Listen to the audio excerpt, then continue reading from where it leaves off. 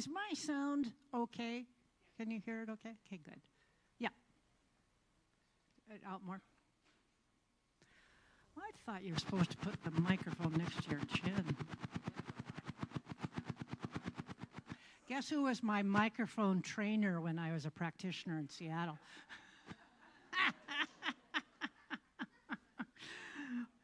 Oh, the history we have.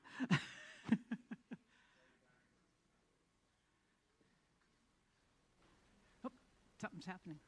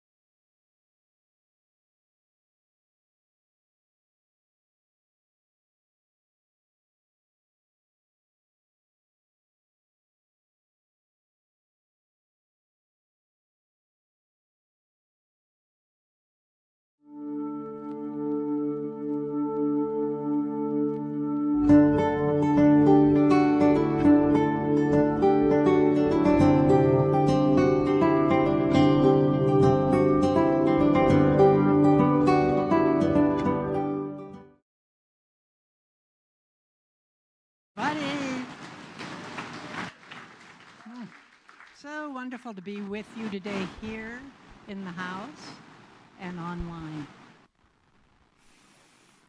So let us just know together that our sound is perfect, even if the outer conditions may not look like that.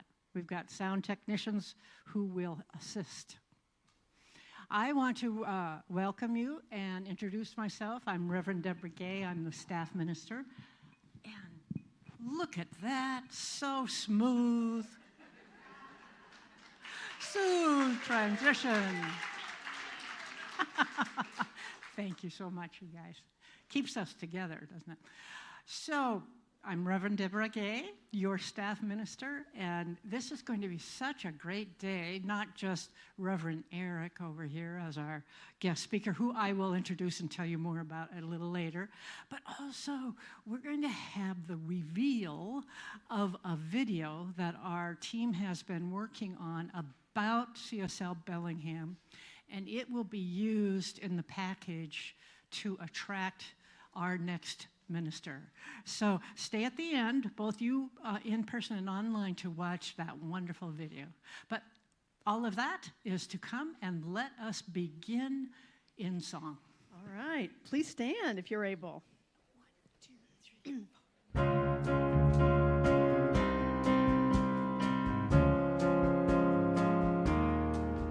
Today, I've got everything I need today.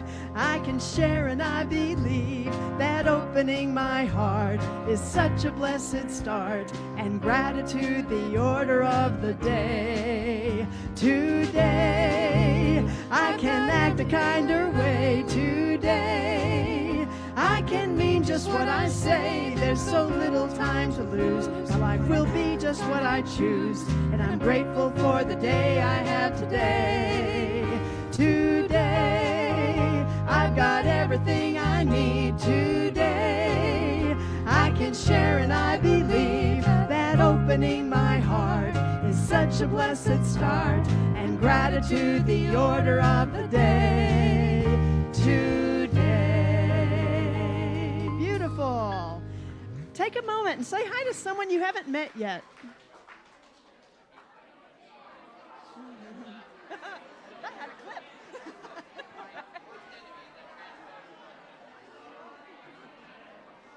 Okay, now I'm gonna.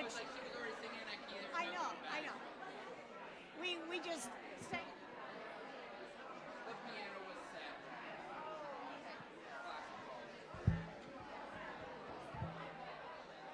All of the details. I guess the piano was set wrong, so they were on different keys.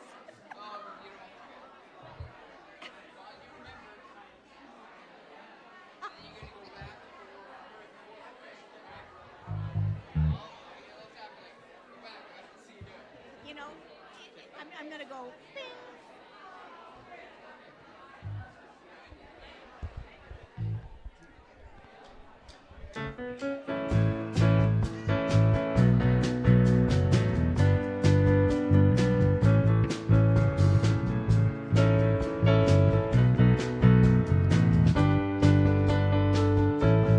I'm in the right place at the right time. I am just where I'm supposed to be. I'm in the right place at the right time. I am just where I'm supposed to be. I'm in the right place at the right time. I am just where I'm supposed to be. I'm in the right place at the right time. I am just where I'm supposed to be. Oh, my soul is welcome here. Oh, my soul is welcome here. I am getting the message loud and clear. My soul is welcome here.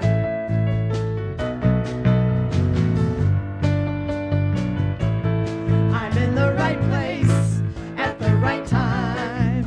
I am just where I'm supposed to be. I'm in the right place at the right time. I am just where I'm supposed to be. Oh, my soul is welcome here. Oh, my soul is welcome here. I am getting the message loud and clear. My soul is welcome here. Oh, my soul is welcome here. Oh, my soul is welcome here. I am getting the message loud and clear. My soul is welcome here. I am getting the message loud and clear. My soul is welcome here. My soul is welcome here. My soul is welcome here. My soul is welcome here. My soul is welcome here. My soul is welcome here.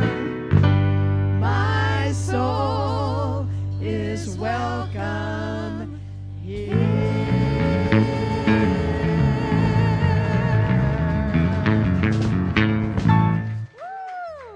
Beautiful. Okay, if there are any young people here this morning who'd like to join our teachers and go outside and have a great class during the service, that's great. Come on up to the front. And if you're a teen, teens will be meeting in the back of the sanctuary with Rylan, and you'll be going and doing something fun too. 1, 2, 3. Hooray for the world, I'm glad to be on it. Hooray for the world, I'm glad to be on it. Hooray for the world, it's a special place. We've got Mother Nature and the human race. The world's got trees and bumblebees, rivers and lakes and the open seas, mountains and valleys and the animals too, and the sun that shines on me and you. Hooray for the world, I'm glad to be on it. Hooray for the world, I'm glad to be on it. Hooray for the world, it's a special place. We've got Mother Nature and the human race. We've got Mother Nature and the human race. Well, good morning, everyone. My name's Philip Flores. I am one of the practitioners here at CSL Bellingham. We love to pray. That's what we do. That's what we've been trained for. And there's plenty of ways to contact us. Over here on the slide. There we go. So we have a prayer vessel. You can go online. Anybody else that's wearing a stole, approach them, and we're more than happy to provide you with spiritual support. So please join me in this opening invocation. There's only one love, one grace, one power, one spirit, and it is available each and every moment in each and every one of our lives. And I tap into that and allow it to operate in me, through me, and as me.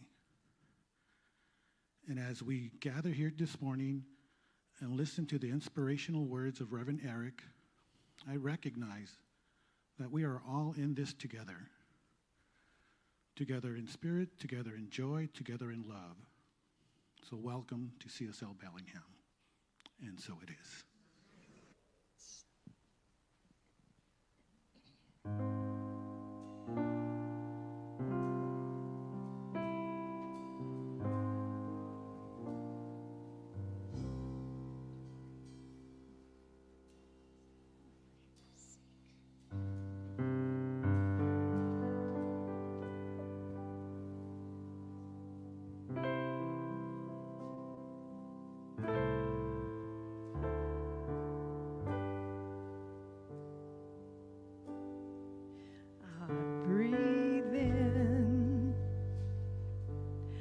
I breathe out, I take in, I give out, I let love, I let go, I release.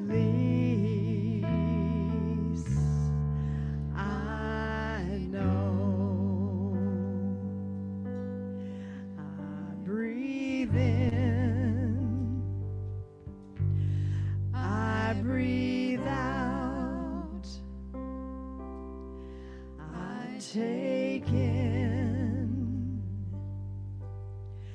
I give out, I let love, I let go, I release, I know.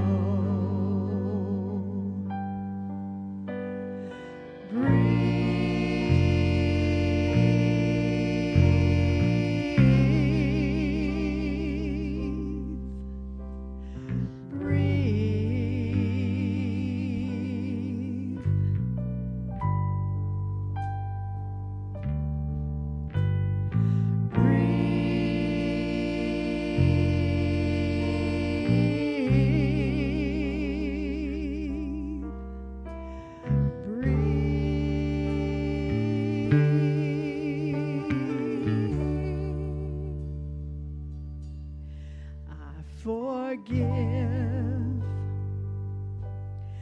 I receive, I can feel, I believe, I am healed, I am whole, I release.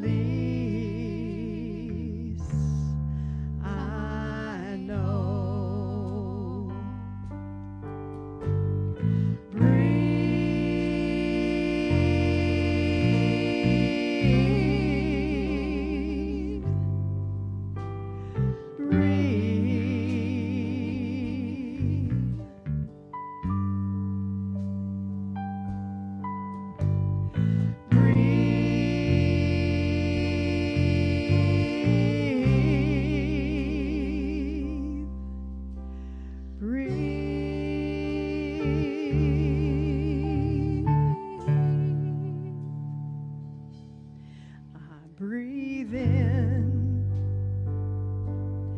I breathe out, I take in, I give out, I let love, I let go, I release.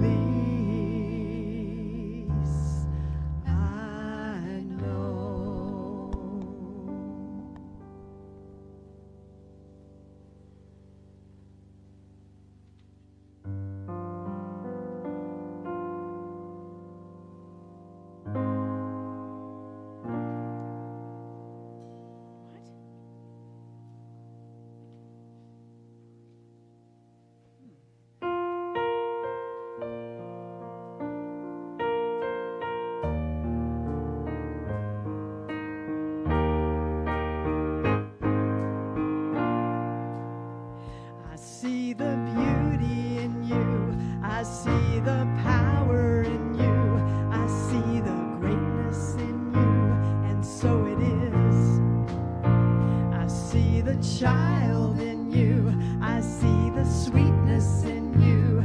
I see the softness in you. And so it is. I can see it. It's right there before me. I can feel it deep in my soul. I just know it, that you are an angel full of magic and power and pure sweet love. I see the goodness in you. I see the wisdom in you. I see the strength in you. And so it is. I see the joy that's in you. I see your light shining through. I see the love that's in you. And so it is. I can see it. It's right there before me. I can feel it deep in my soul. I just know it, that you are an angel full of magic and power and pure sweet love. I see the grace that's in you. I see the courage in you. I see the heart in you. And so it is. I see the beauty in you. I see the power in you. I see the greatness in you. And so it is. And so it is. And so it is.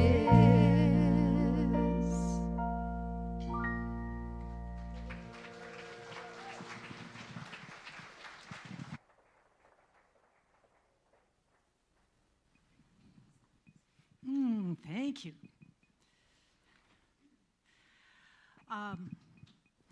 Ministers come with all kinds of backgrounds. Most of us did something before becoming a minister. And I happen to know a little bit about what Reverend Eric did before. And you will probably be shocked, but he has theater background. Musical theater even, and professor of theater at Cornish College in Seattle. So something shifted for him, and he started to do his spiritual work. Now, it began again through music. So he was the spiritual director he was the music director at Seattle CSL for 14 years, which is when I first got to know him. He was my choir director, and let me tell you, you stood up straight when you were working with Mr. Eric. Got good quality out of his musicians. But then, now this is an amazing thing. This is not the usual course. Eric decided to found a church before he got licensed as a minister. He was ready, and the outside world caught up with him. So he co-founded Amazing Grace Spiritual Center in 2009 with the wonderful Reverend Colette Mercier, and then was ordained in 2013. And did an amazing ministry at Amazing Grace, which is located in Ballard, the Ballard neighborhood of Seattle. And he retired from there in 2020. He is now working as a licensed interim minister, which we know something about what that is, don't we? He serves congregations as they go through their transition period between ministers. And he has recently just completed at St. Louis, where he was the interim minister for 16 months. So they had a long journey in their process. But we are so lucky that Reverend Eric is back now and is serving as a guest minister all over the region. He's spoken at Tacoma, Genesis, Seattle Unity, White Rock in Canada, Unity in Bellevue, at CSL Seattle, and today, here with us, let us welcome Reverend Eric.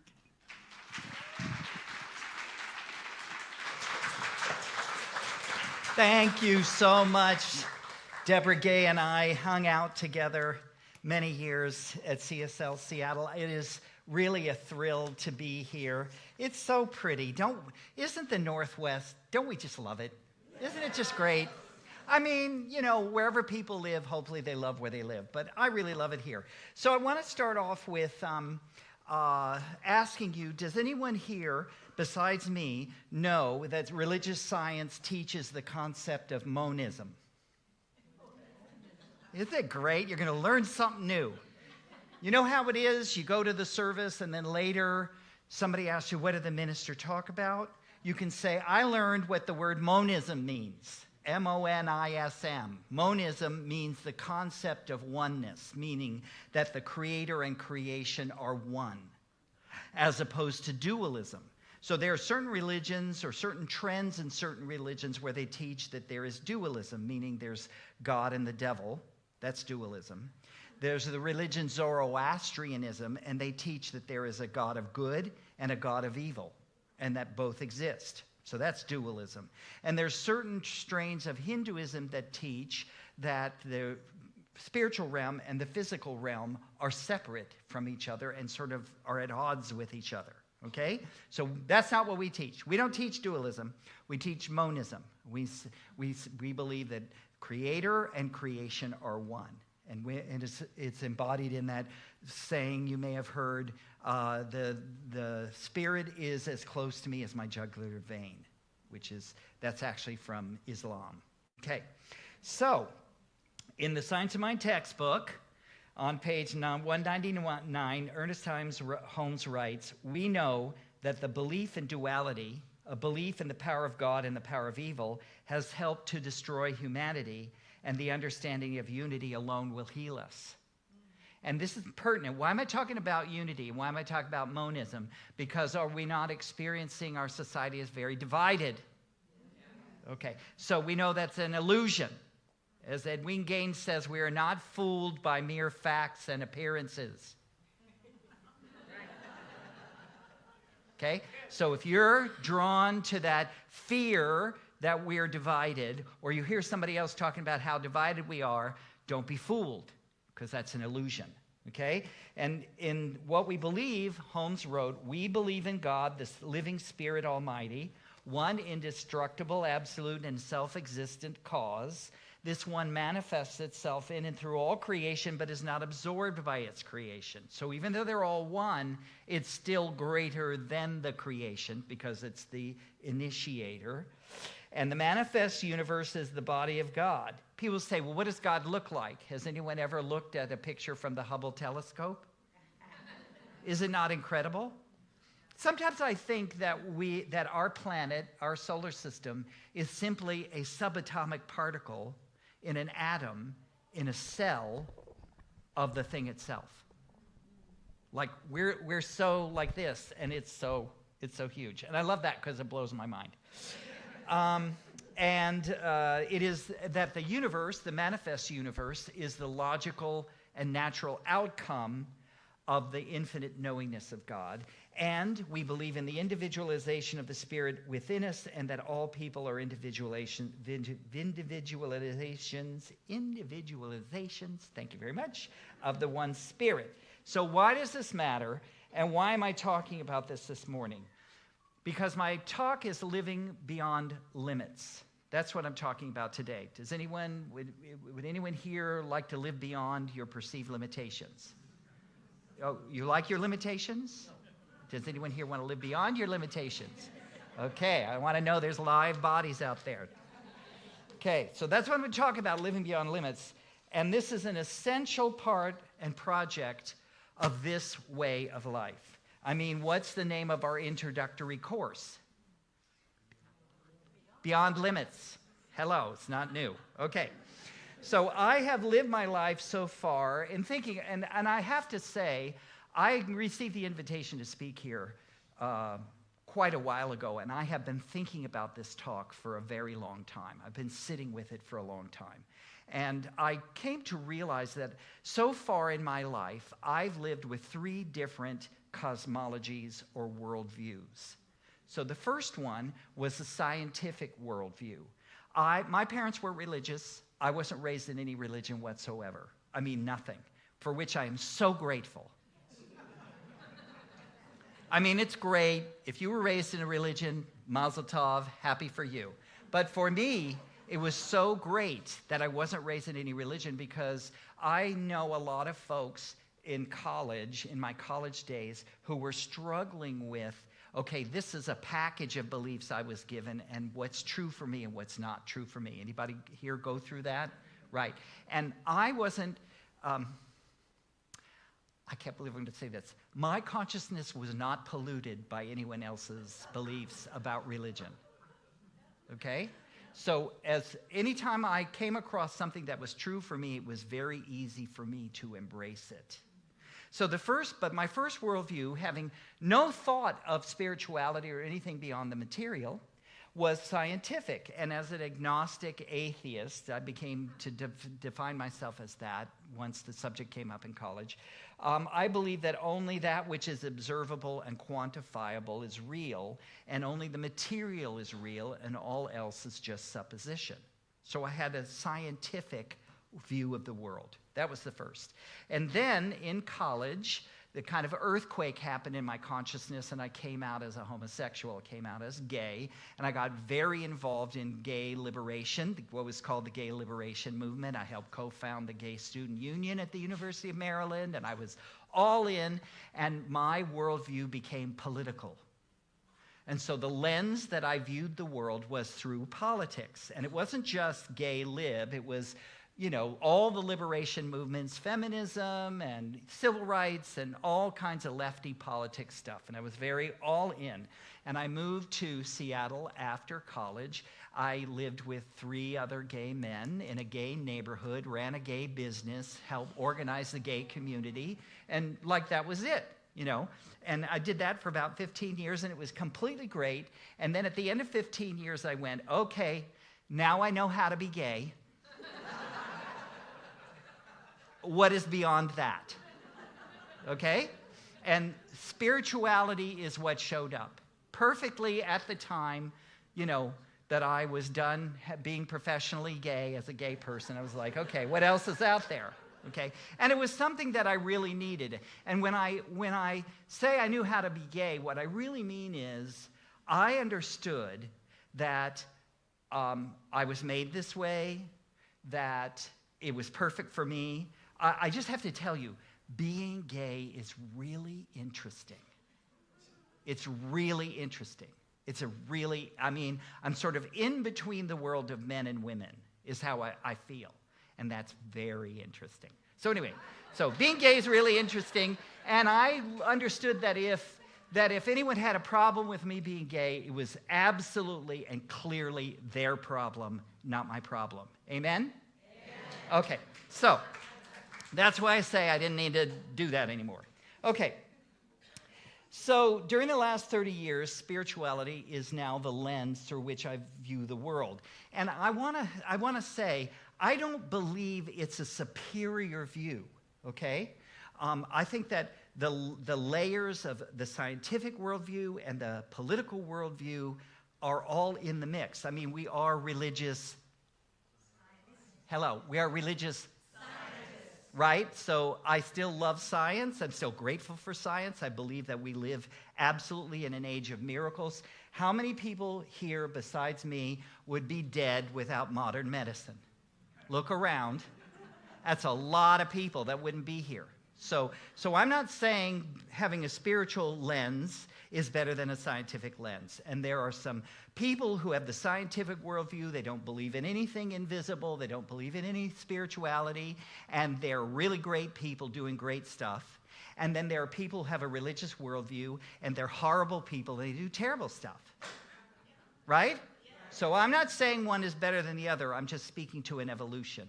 And obviously, I still have political viewpoints and political ideas and opinions and stuff, but truly, I look at I'm all in. I'm an ordained religious science minister. And actually, if you had told me growing up that I was going to become a minister, I would have said, you are out of your mind. So the joke's on me. And also our teaching, it's in our teaching. What did Holmes describe our teaching as? It's the revelations of religion, the teachings of philosophy, and the findings of science. So they all belong. They all go together. I picked a really good religion. Amen? Haven't you picked a really good religion? Yes, you have. Okay. So I appreciate all the different worldviews. And one of the big changes that has occurred during my spiritual journey is that I no longer need everyone to think like I do, act like I do, or believe what I believe. And that has not always been the case. Anybody else here suffer from that horrible disease where you really need people to be like you, think like you, act like you, have the same vote the way you vote? Do you have that disease? And it's your problem? It's not the world's problem? Yeah. And it makes you miserable? And it diminishes your joy in living? And it sets a boundary around who is in your circle of who you can love and who you can't? And that's a limit that you are creating because you're a human being. Take a deep breath. Let it go. It's okay. We all do it. Are you getting my message? Okay. Yeah, so sledgehammer today. And the thing is, I find that the more permission I give other people to be who they are, think like they think and act like they act, the more I'm actually giving myself permission. Like the limits that I remove from what other people can be, karma comes back around. Because I want freedom of choice. Now, some people want freedom from choice. Okay? For some people, the world is too big, it's too much, there's too much going on, there's too many choices, there's too many options. Just tell me what to do and how to do it, how to behave, how to get to heaven. Just give me a clear roadmap. That's what I want. And that is okay. Okay, it's not my way, but it's some people's way. Many years ago in Seattle, I used to drive to CSL Seattle 14 years, and I would pass this big billboard for a born-again Christian community. And it said, black and white in a world of gray. And there's a big picture of an open Bible. And it's like, if you don't want to have any ambiguities, and you want to know everything about everything, should you do this and not this? That was the church for you. And some people need that, and that is a great way to go. It's not my way, but it's the way some people want to go.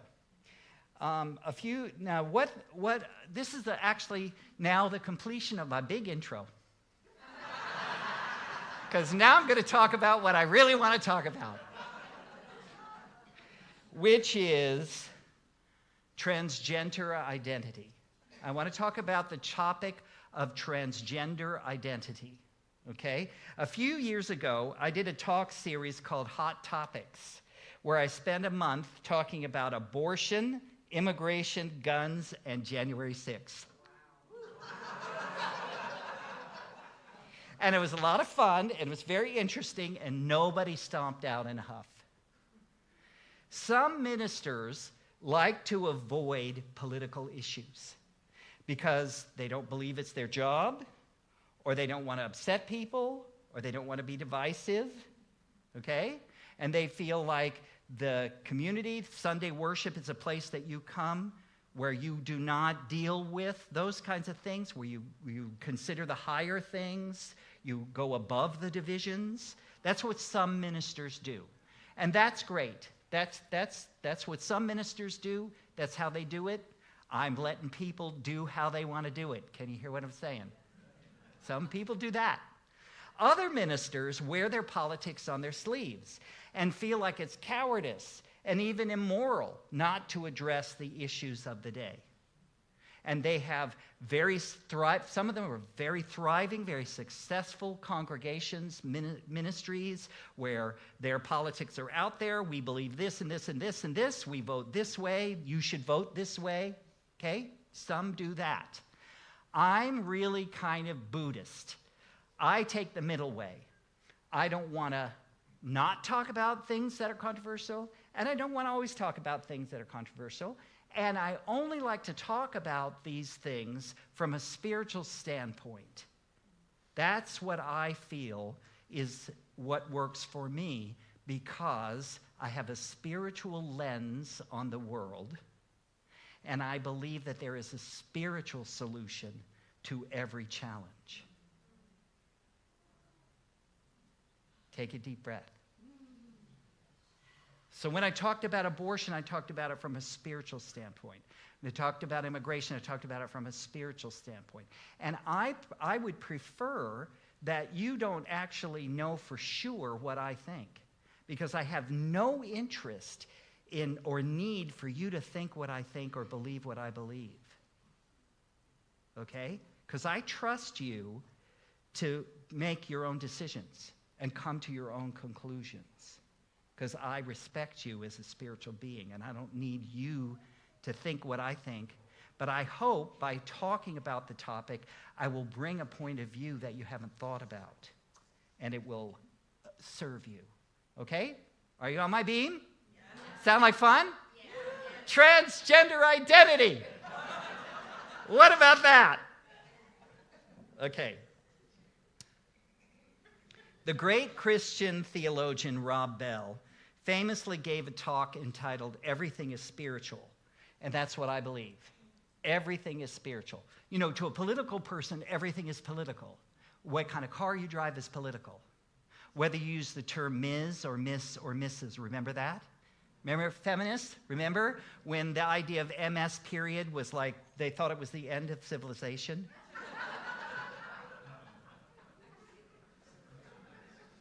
So what does this have to do with transgender identities, trans rights, trans women in sports, and gender-altering medicine for teenagers? No matter where you stand on these issues, which have recently drawn a lot of attention and political debate and lawmaking, here are some things I offer up by way of a spiritual view of the topic. First of all, one of the most basic and biologically driven impulses in us as human beings is the sex drive, which means we are primordially driven to know whether the person in front of us is a man or a woman. That is biological. It's really at the root. We need to know which sex you are so I can figure out how I'm going to relate to you, because I'm a sexual being, okay? So I have a great sympathy with people who are fearful of gender ambiguity. So if you're looking at a person, and I have this delicious experience these days where I'm out in the public somewhere and I'm looking at a person and I'm like, I cannot tell. Okay, I really want to know, is that a man or a woman? Okay, I go to the store, the grocery clerk, I'm looking, and I can't tell. And I really want to know. And for some people, that is threatening. That is challenging. It's deeply uncomfortable. It shakes them to their core. Okay? And what is our response to someone who is, what's the spiritual response to someone who is shaken to their core? Compassion, love, patience, understanding. Okay? And patience and love and understanding for a person who is really struggling with this issue is compassion. That's the only spiritual response. Everybody take a deep breath. Let it go. Second point, is creation limited? If all is one, proceeding forth from the one mind and the one being and the one consciousness, did anyone give the infinite a memo saying this or that is off limits? I mean, is there anyone in this room or in the halls of Congress who has the power to tell the Spirit what it should be or should not be creating? No. I mean, did anyone consult with the power back of all creation on the subject of fire, flood, tornadoes, or earthquakes? No. We do not get to decide those things. So gender ambiguity, that's a real, if you want to rein all that in, good luck. Okay, third point. Isn't human nature and human experience full of contradictions and ambiguities? Yes. Does everyone fit into a neat box? Do you fit in a neat box? Okay. So there's contradictions and there's ambiguities in all of us, and it goes with the territory. And we could be compassionate and patient with ourselves and with others when life forces us to confront our ambiguities. You know? I mean, you say that you want world peace, and you fantasize killing the politician you don't like.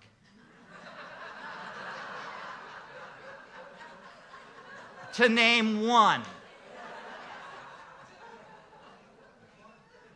Here's another one.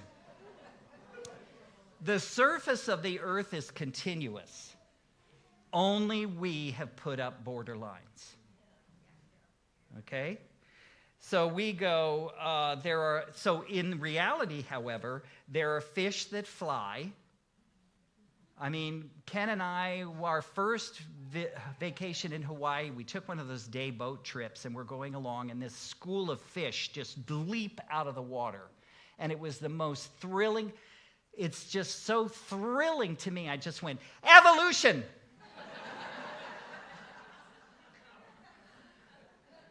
And there are birds that can only swim in the water. So there are fish that can fly, and there are birds that can only swim in the water. There's a duck-billed platypus. Now get this. It has a duck's bill, webbed feet, and lays eggs, but it has fur and nurses its young with milk from its body. So which is it? Is it a bird or a mammal? Is it a bird or a mammal? Is it a bird or a mammal? Is this plot of land Russia or Ukraine? Is this book fiction or nonfiction? Are you going to eat the last cookie or not? We have to know. Okay?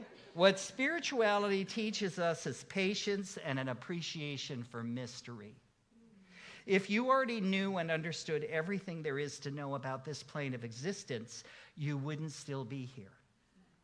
The second that you as a soul are completely bored with this plane, amen? Okay, another point. Do you know any transgendered people?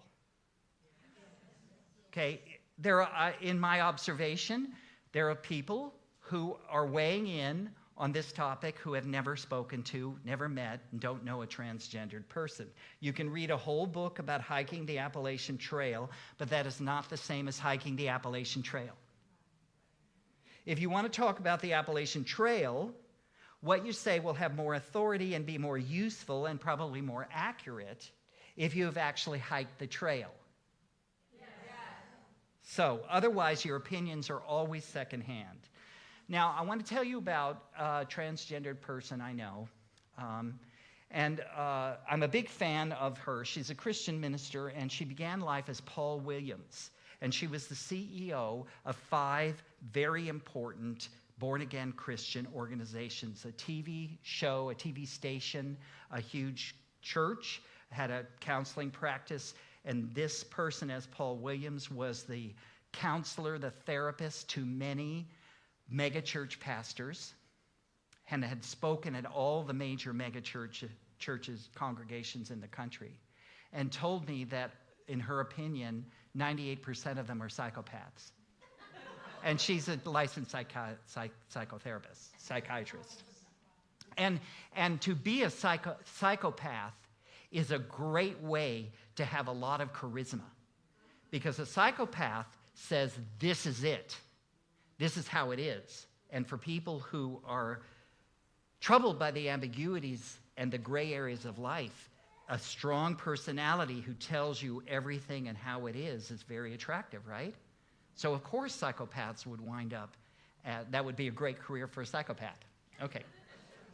Anyway, so Paul Williams, knowing that he was transgender or identified as a woman, finally, after marriage and kids and hugely successful, he was also the CEO of the Oak Tree Group, which is the biggest church planting organization in the country, came out as transgender, and within a month, maybe even a week, had been fired from all those jobs. And thousands of people who were friends would not speak to him any longer. And now she is thriving as a woman, and I would recommend her TED Talk, I've Lived as a Man and a Woman, Here's What I've Learned, which has been viewed millions of times, and it's fantastic. So that, if you don't know a transgender person, it would be great to watch Paula Stone Williams' TED Talk. Okay, just a couple more things. Is it possible that the current debate about transgender rights is the logical and natural outcome of what has gone in American society over generations, and that this is a worthy and worthwhile issue to struggle over? Like, it's a great topic to debate, and its time has come, and that's not a problem. Could it be that the current struggle over transgender issues is a good thing? Okay. I know it's good for me or you or society to couch public debate. It's not good to couch these issues in hatred or closed-mindedness. It's not good spiritual practice to demonize other people. So if you're anti-trans and you're demonizing trans people, that's not good for you. And if you are for trans rights and you're demonizing people who are against trans rights, that's not good for you. Amen? Okay. Everybody has arrived at their opinions based on their experience or lack of it. Everybody is trying to do the best they know how to do all the time about everything. And this is pertinent to you as you're driving down the road. You're waiting too long in the line in the grocery store. You're living with someone. Anybody here besides me live with another person? It's really good to remember everybody's doing the best they know how to do all the time. This talk is totally about you, even if you are not transgender. One of the greatest changes I've witnessed, and finally, do we have faith we will work this out and do the right thing? Martin Luther King Jr. said, the moral arc of the universe is long, but it bends towards justice. One of the greatest changes I've witnessed in my life is the transformation of public opinion about gays and lesbians. I mean, it went from violence against gays and lesbians was normal and natural and not questioned. That's where it was when I was in the closet as a teenager. And today, I'm married to my husband, and none of us in Gay Lib ever imagined that there would be gay marriage. We didn't even want gay marriage. We were like, we don't want to be like straight people. Right? And so I have to thank the straight majority, because we wouldn't have gay marriage without you. So I applaud you. Thank you all. And when transgender people being about 1.6% of the population, it's going to take all of us together to resolve this issue. Amen? Okay. So you may be thinking, I'm not transgender. What does this have to do with me? I submit that it has everything to do with you. As a woman, are you afraid of or challenged by the maleness within you? As a man, are you uncomfortable with the feminine inside yourself? This is an issue that's up for us as a species. Everything going on in your world is just another opportunity to become more awake, more conscious, less indifferent to the suffering of others. You know, people. Can't live with them, can't live without them. Right? Yep. In the yin-yang symbol, there's a white dot in the middle of the black tadpole, and there's a black dot in the middle of the white tadpole. Okay? Monism. Right? Everything is one, everything is... So in the reality, all is mixed, and you will have a better life. You will live beyond limits. You will live beyond your own limits if you allow the things, the issues of life that come up for you to allow you to step beyond illusory boundaries, because it's a big, wide ambiguous, juicy fruit and nut bar, this life we are living. Yes? All right. Thank you for listening.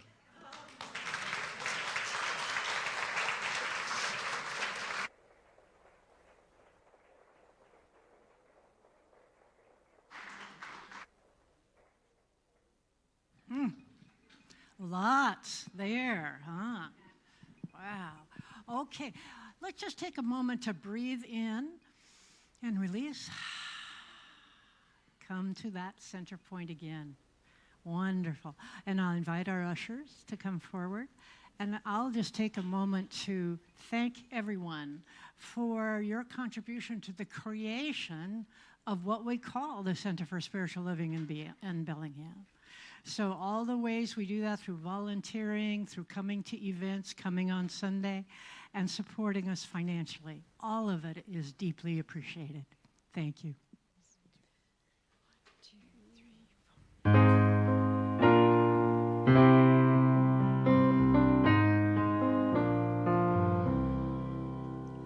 The God in me beholds the God in you.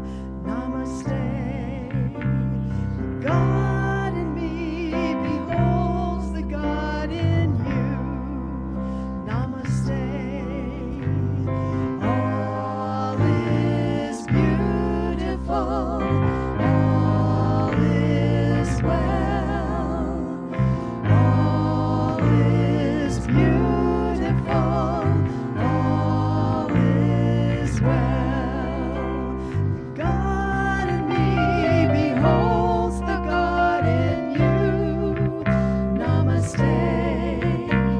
The God in me beholds the God in you. Namaste. All is beautiful. All is well. All is beautiful.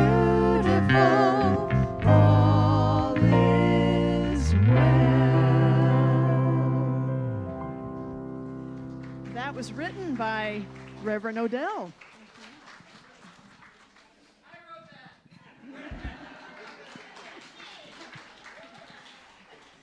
Thank you for writing that. Beautiful song. So good. Okay, I'm going to go through our announcements, and I want to, nope, won't do that. I'm going to start with today's activity, which is our wonderful team that works on our campus is meeting today, and you are invited to join them. At noon, you might rush home and get a lunch, but they're going to be working on sprucing up our trails. If you can't do it now, there'll be more opportunities, and you bring your tools, your gloves, and your wheelbarrows and sign up at the Ask Me desk, then they know how many folks to plan for. And next, there is a wonderful thing on Wednesday morning to come and see me. And by the way, June 4th is my birthday. So, just saying, if there was no other reason for you to get up on Wednesday morning, come and have birthday with me. So I'm going to be talking about bringing all of you to work. So bringing all of those parts of you that maybe don't typically get to be invited to work, we're going to talk to them together Wednesday morning. And next, it is Gourmets for Good. Now, if you didn't hear, we reached, oh, that's not in here, Philip. So, say that again? That's right, but I'm going to talk about that slide. So, men's group and women's group next Sunday. No, we don't even know why that's there. Okay, June 8th, know that you got it. Okay, so Gourmets for Good. We reached a wonderful goal, $15,500. Thank you. And I want to congratulate, we've already had our first activity. It was Saturday last night, Soup and Soul Collage. And so I thank the hosts, Heidi and Betty. Thank you very much. That was over on Lummi Island. And so we're going to have pictures soon and fun things about all of these events that are happening all summer. Okay, so now I want to invite Rana to come up. This is the first Sunday of the month, and we get our transition team update.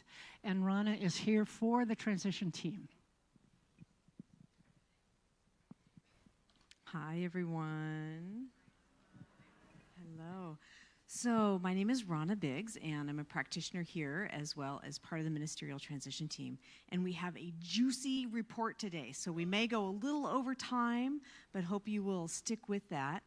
The first thing is I'm very pleased to report we are open for business. We have our profile packet completed.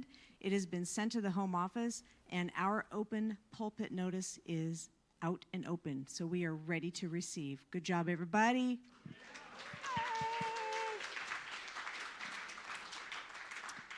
So you may recall from some of our process, we are going to keep our announcement open for a minimum of 60 days. And during that time, we'll receive applications. Early days, nothing yet. However, President Dan is working with Home Office now on our next steps because applications, they don't come to our center directly. They will first go to Home Office, and they will do some processing. They will do some of those background checks of those applicants. And then we need to develop our process for how to receive those materials and what that exchange will be next with Home Office. So President Dan's leading some conversations with Home Office about how we set up that system and that process here at our center. So that's kind of our next big thing. So you can think about kind of another couple of months. So that 60 days will be end of July-ish of when we'll keep that open, and then we can start to receive applications during that time. So very excited, hot topics out there, but that is a huge accomplishment for us. And the special note of today is I wanted to tell the story of our video because we've been talking about that. We did some of those video shout-outs as a group, and this has been a very deliberate, intentional process in creating this visual companion piece to the text of all of the data and information that got coordinated as part of the written part of that profile packet. And I do want to take a moment to tell you about 3 elements. And the first I want to start with is some gratitude and some acknowledgments of the video team because these folks have been doing a lot of the behind-the-scenes work. The first really is to acknowledge our whole community because it has been through the process of our workshops and our visioning and prayer time together that really evolved and emerged into the vision of who we are as a community and what we're looking at together. And so those elements are well represented in the video. And so we can be very proud of the work that we've been doing together. And the reflection in the video is that we are ready. And that has been a beautiful thread to see happen from a community perspective.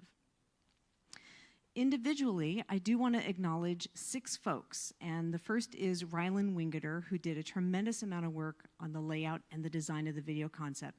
And Rylan had the first epic divine download. And Rylan got very excited and said, I've had a total different idea about the video because some of the samples that we saw of the videos were a bit, it felt kind of like a travel log of location and space, and we're like, that doesn't feel like us.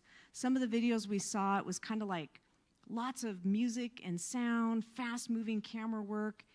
That kind of didn't feel like us either, and so there's a little bit of like, where are we going to land the plane on that?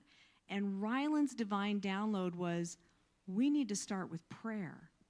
And what if we thought about our video and framed it like the 5 steps of prayer and had this beginning and had this ending, and then it was like, oh, now that's us.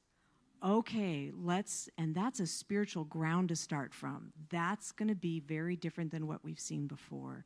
And so that divine download set the framework for the construction of the video concept. Christine Griffin, amazing photographer, instrumental in organizing photos, did some of the video shots.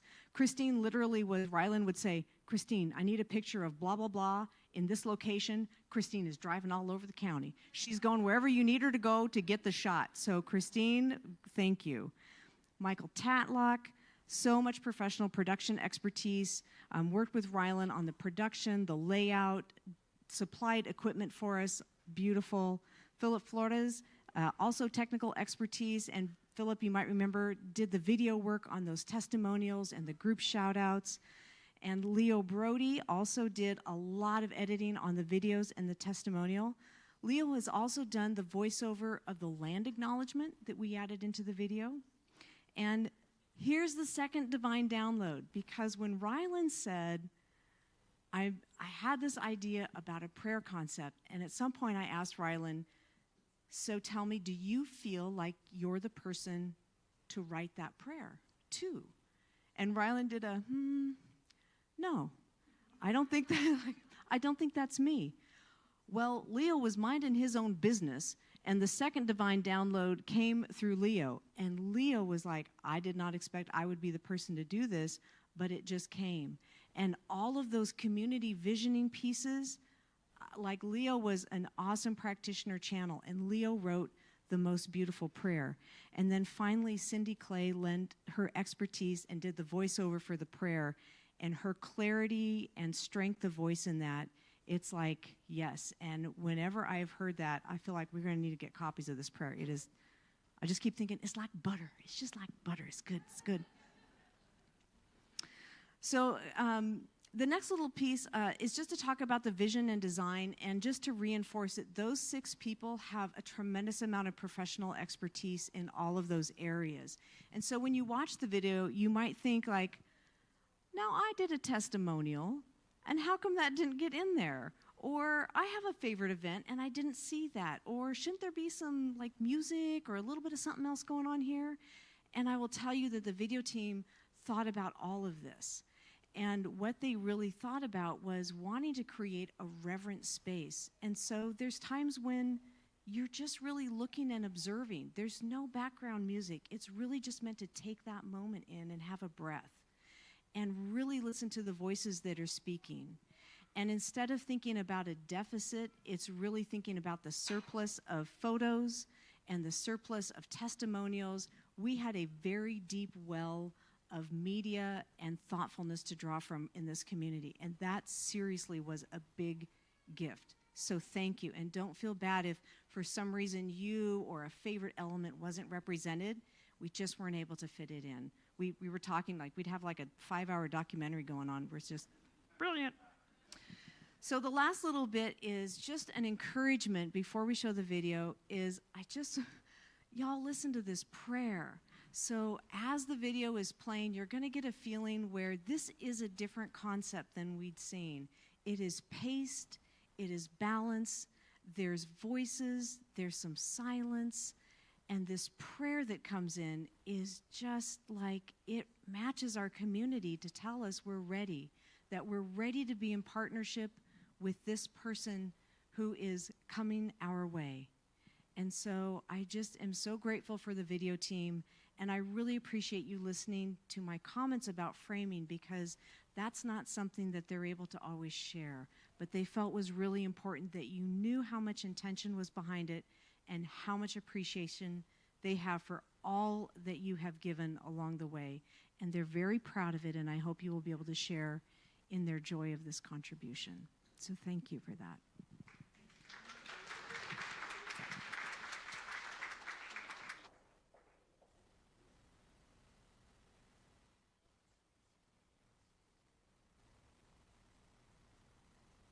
In gratitude, we recognize that we are gathered on the traditional and unceded territory of the Lummi, Nooksack, Samish, and Semiahmoo people who have cared for and tended this land since time immemorial. We are grateful to be joined in stewardship in this time to care for and tend this beautiful land.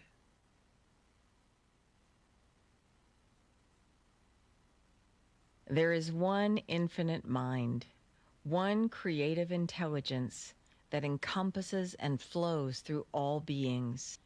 There is one love that embraces and sustains all its creation. As members of our beloved spiritual community of CSL Bellingham, we affirm our oneness with this one mind and one love. we open our hearts to clarity, wisdom, and love expressing in our lives. I speak my word of truth that the perfect senior minister for CSL Bellingham welcomes this opportunity. This person brings us everything we envision and even more. Someone who treasures our congregation, our members, and our location in the beautiful Pacific Northwest. They are ready and eager to serve our community. I know that love is leading us to partner in creating the perfect next chapter in the story of our center.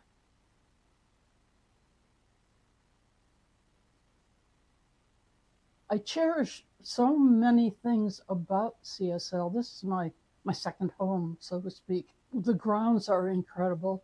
The music is wonderful, and the practitioners are superb. I absolutely love the talks and the whole philosophy, and I especially appreciate the music, which is really bopping.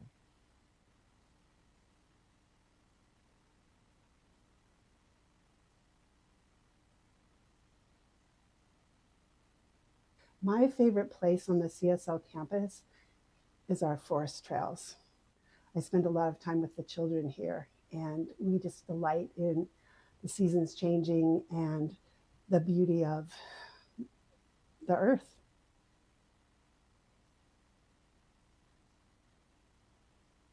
Is this community providing a safe harbor for me to learn spiritual practices in order to be my truest self here and beyond?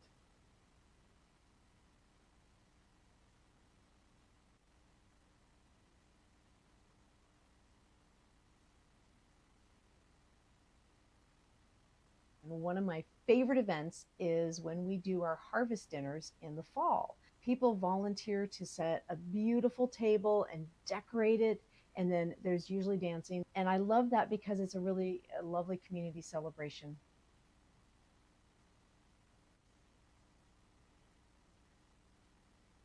It's the entire community that I love because it allows me to feel like I'm in the right place at the right time.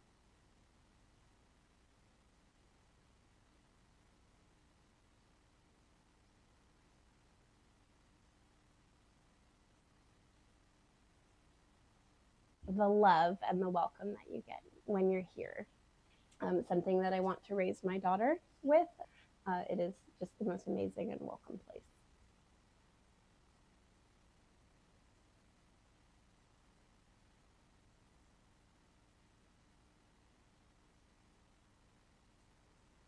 What I love most is the community and the people that are here. I love it here.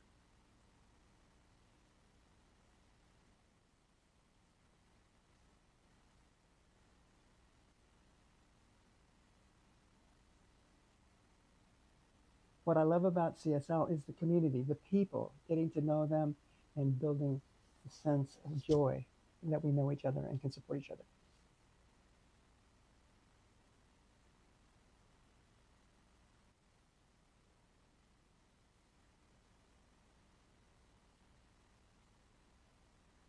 I love being with everyone and making new friends.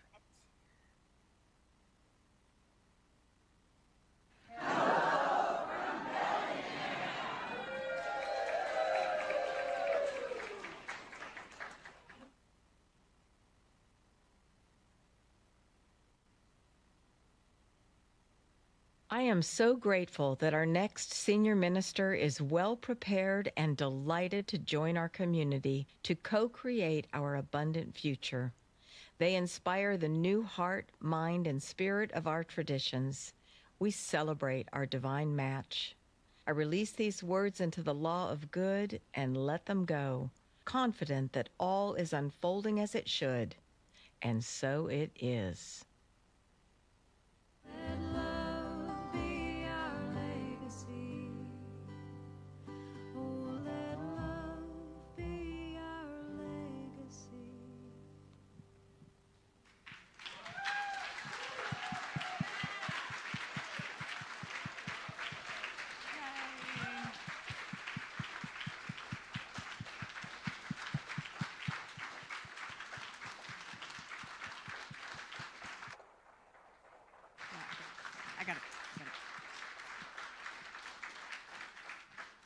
Thanks, you all. And what a lovely, lovely celebration we can continue to have. And as a bonus, Clara has let us know that she has found some little stash of our Let Love Be Our Legacy bumper stickers.